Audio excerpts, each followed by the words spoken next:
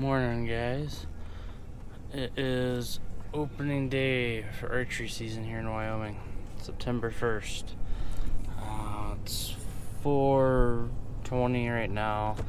I'm heading to pick up Dad. He's got a bull tag. I'm just going along for help and to film this. See if we can make something happen today, but I think the last time I talked to you guys, I scouted on just last Friday, and saw the 7 bulls, and that one good one.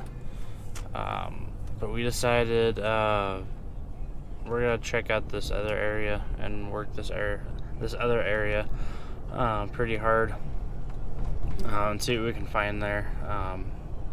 It's kind of tucked away, kind of hidden. You kind of never know it's there unless you have been there before, and we have. So, but there's water, food, and shelter, all in this one little spot. So, and that's pretty close to where we keep seeing bulls. So, I'm going to, or we are gonna check that out and maybe see if we can get on something there. So, anyways, yeah. So I'm heading to pick up Dad. We got a little bit of a drive ahead of us, but not too much. I'm tired, but it's always worth getting up early if you're going hunting, so it doesn't seem to bother me very much.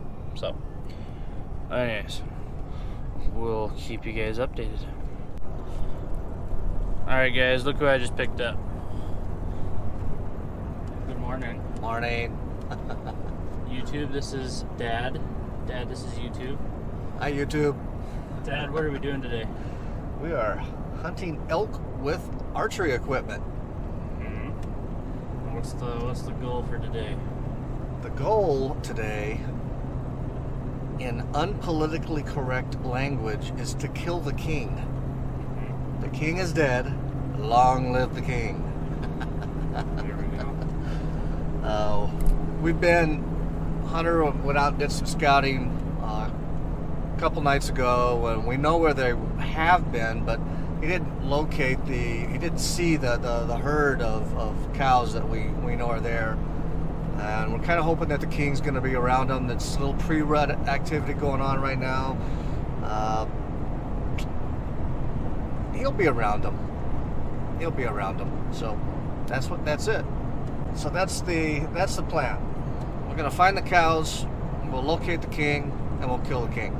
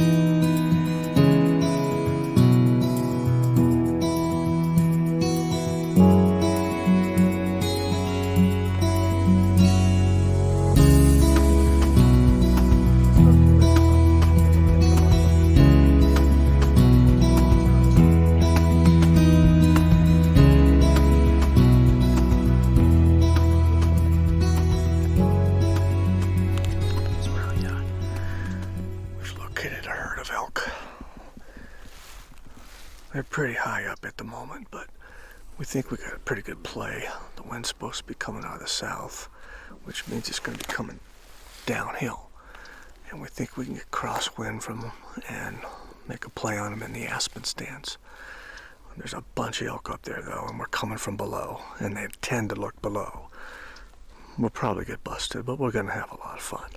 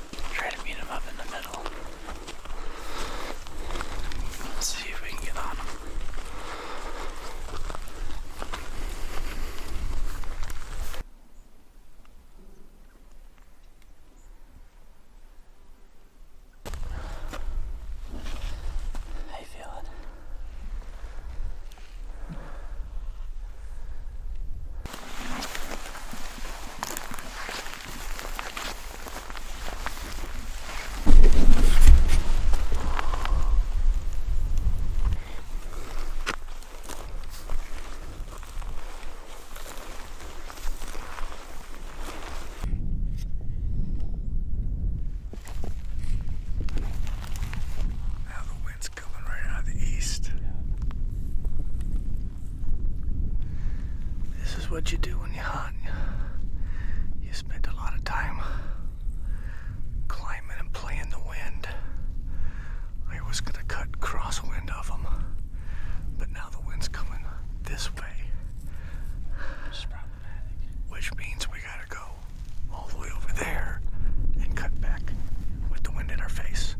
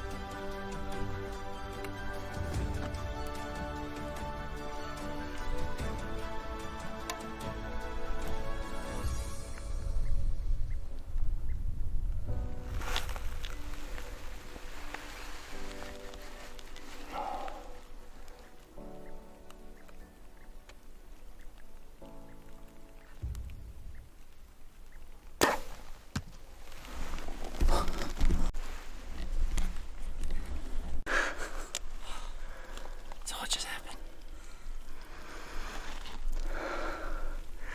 We were sneaking up on some elk. We weren't sneaking. We had parked. We got ready. We gotta climb 3/4 the way up this mountain. They're bedded down in an aspen stand. The wind was coming slightly from the south, kind of over the mountain. I thought we were gonna get in crosswind and not spook them with our scent. But then as we're coming up, the wind shifted and it started coming in from the east. Completely blows that plan. So I was gonna cut down low across the face of this mountain, way to the west, get on the other side of the hill, and then come at those elk in the aspen stands as we're climbing from the west with the wind in our face. As we're working our way up this little draw, there's a mule deer buck. He's 50 yards from me. He's standing there. You gotta take what opportunities come. So I hit him with an arrow, and we're waiting right now to make sure he's gonna drop, and I'm gonna get him, and we're going home with a mule deer, not an elk. That's crazy. So what's going on now? We're waiting for the animal to bleed out. When you're bow hunting, you give him some time to just relax. He knows there's something wrong. He's not sure what, and he's bleeding out. So he'll bed down, and he'll just go to sleep. We'll catch up to him, and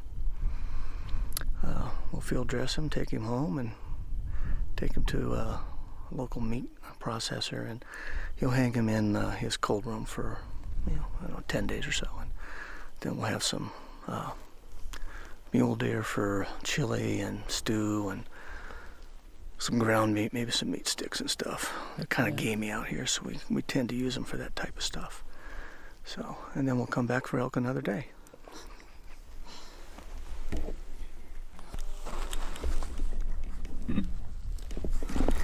So we're moving down low now. I'm trying to just stay out of sight of these bugs. Because Dad and I both have the rest of the week off. So we anticipated there'd be more than one trip. Trying to fill a bull tag.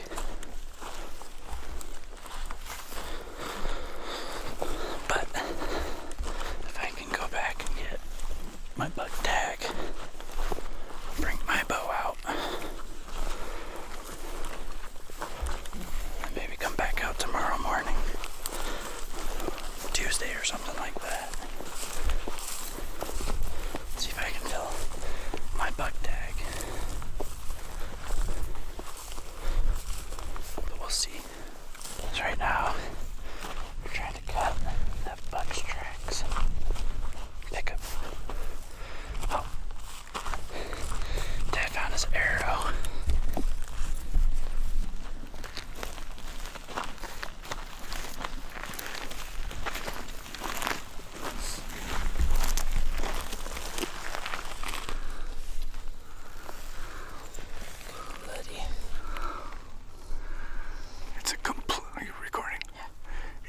complete pass-through. The whole shaft is full of blood. It's a good long shot. Yeah, it's bright. Yeah. That's a long shot.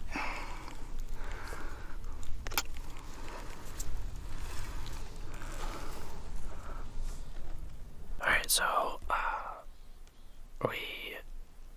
Dad just shot his buck. We tried cutting trail, but it's so hard to track in this rocky, hard dirt. We think we found what we saw. We're pretty sure we saw the buck that Dad shot. And he was still running pretty good, and he ran uphill into this little aspen gully. So, we're probably gonna wait for, I don't know, an hour, 2. Maybe wait for him to expire. When he was hit, Dad hit him pretty far back. I'm still pretty convinced it was a lung shot, but I think it was on the very, very end of his lungs. I mean, the arrow was just covered in blood. It was a clean pass through. So, he should be bleeding pretty heavily out of 2 sides. So he'll expire. Just might need to give it a little time before we chase after him.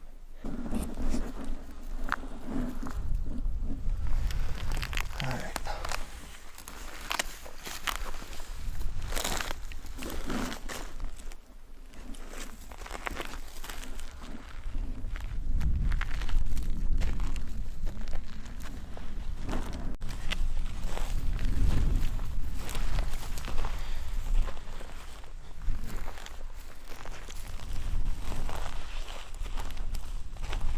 So we picked up this guy's blood trail.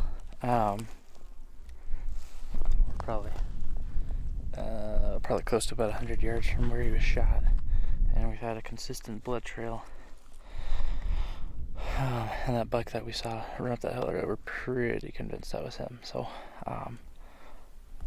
yeah, but with this blood trail though, he's bleeding out, so that won't be very long. We'll be looking for him laying on the ground. So, Dad's grabbing gear. I'm kind of standing on this blood trail so we don't lose it, and then,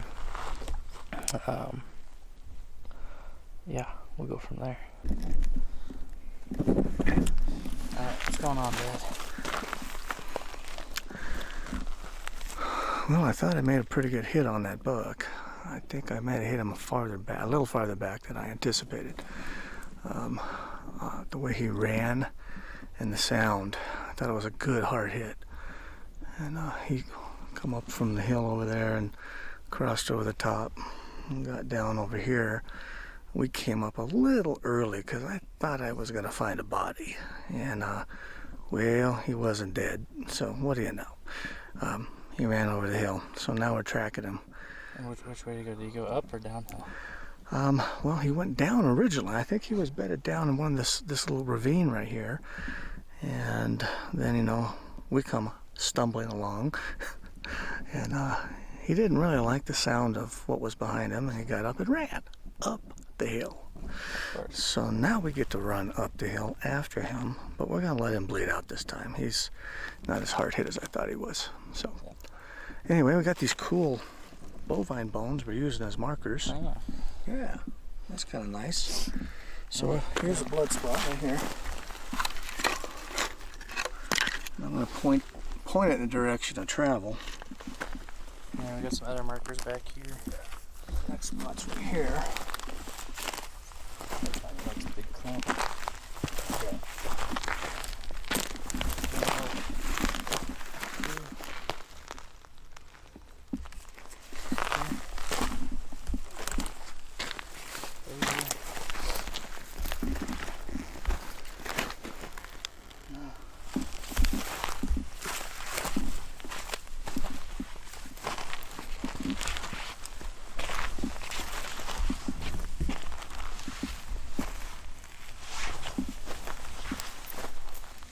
Here we go.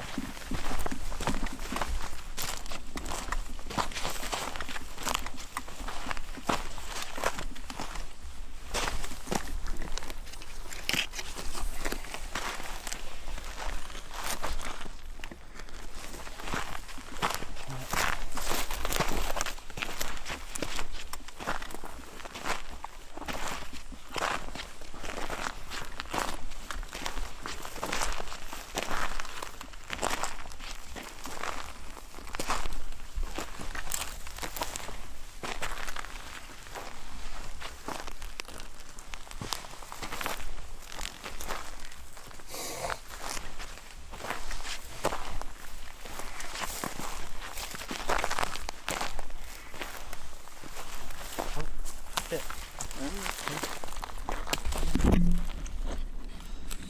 Well, we got him. That was a different buck we saw run up. He didn't look injured, did he? No. Of course he's on this side downhill. Alright. What are your thoughts, Dad? Well, he's laying down right there. Uh-huh. So maybe he was hit harder than I thought he was. Well, I guess that's a different buck. Yeah, we saw a buck run up that hill, but he didn't look injured by the time I saw. He was pointing him out to me, and by the time I saw him, all I saw was a butt. But he was moving like he wasn't injured. This thing's bleeding pretty good, so he is laying down.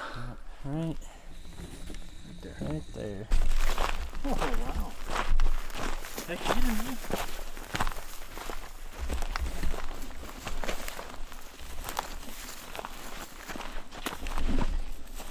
Yeah, he's bloating. Yeah. Look at the blood bubbling out of him. Awesome.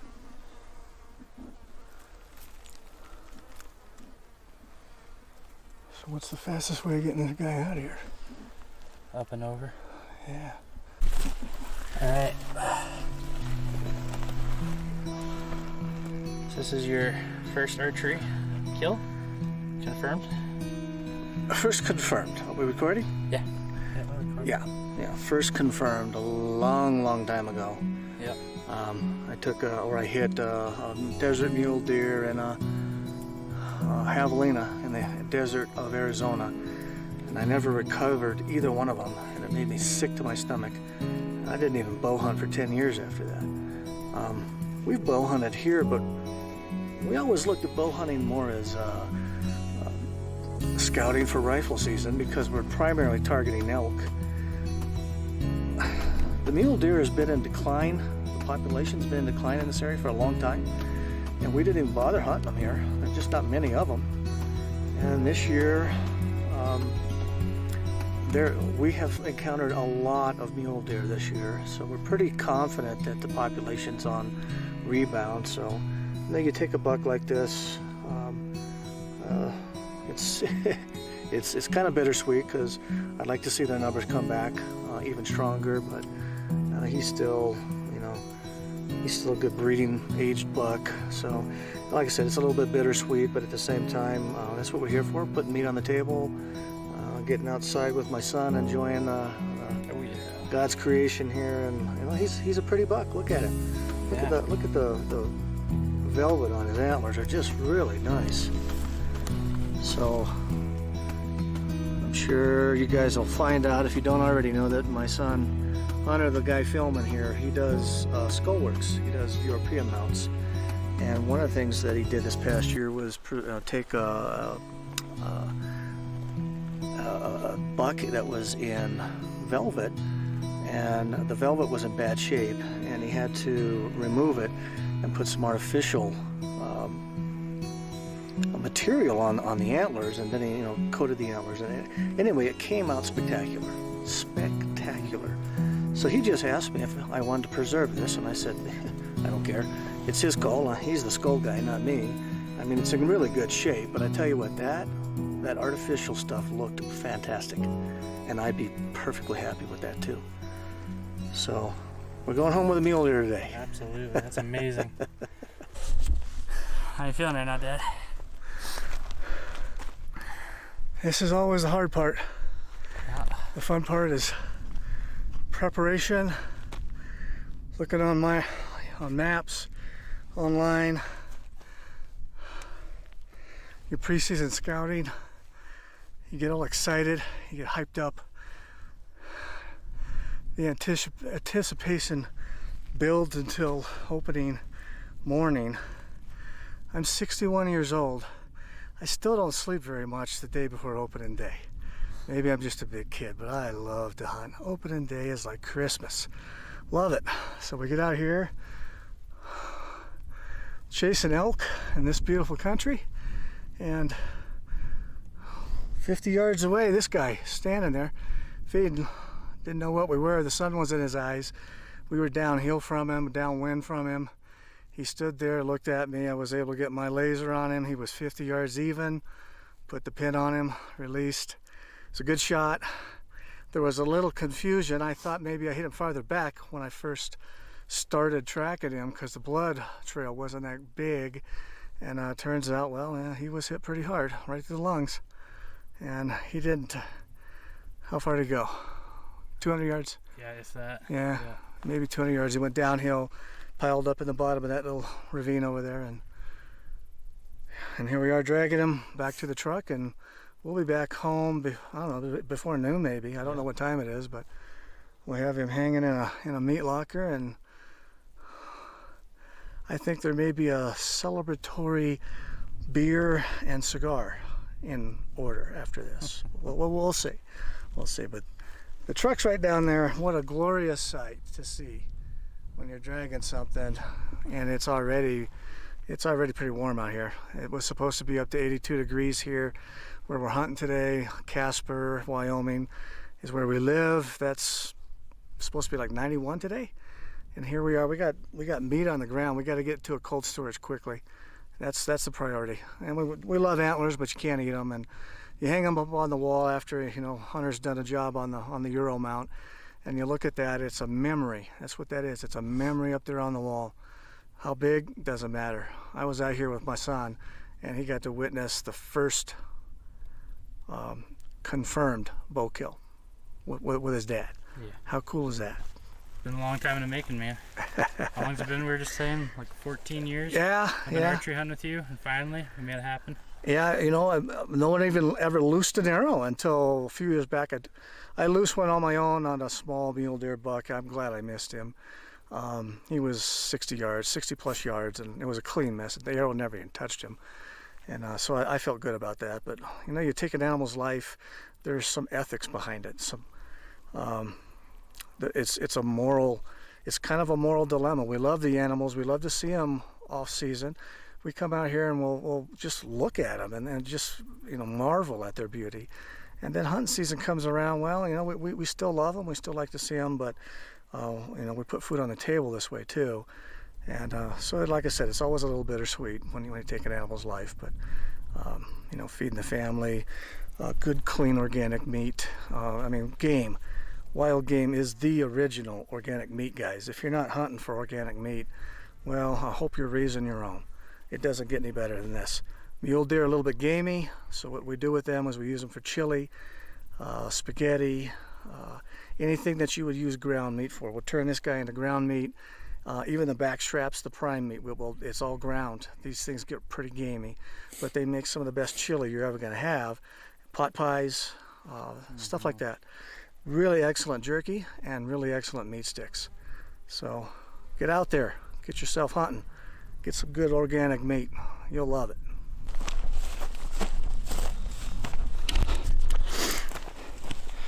Alright guys, so just got done dragging that buck down. So I didn't film a whole lot of that just because it's getting really hot out right now, and I kind of want to get this buck kind of out of here so meat doesn't start to spoil. So anyway, just got him drugged down. He's about 50 yards away from the truck. I got him down this other two tracks. I'm just gonna pull the truck right up there and get his body thrown in the bed and get him to the meat processor. So yeah, it's kind of a crazy turn of events, crazy hunt. Did not expect that to happen. So, but we were very, very thankful indeed. Final thoughts.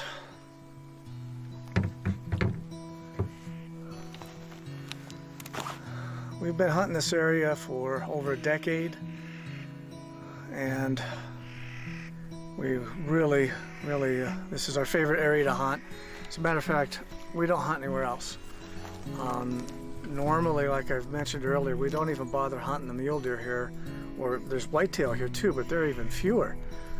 There's just not that many deer here. We don't like taking animals when we think there's a decline in the population. A couple years back, we had a real bad winter kill on the antelope, and last year, for first time ever, I got 3 antelope tags. I was looking for mature animals though, not small ones. You know, I think there's, again, there's some ethics that we need to consider. If the animals are in decline, it's okay to not fill a tag. It's okay. I mean, we have supermarkets. There's plenty of producers right here around Casper that we can buy beef from. You know, if that's not your fancy, you can go to the supermarket and get what you need. So coming out here and hunting is when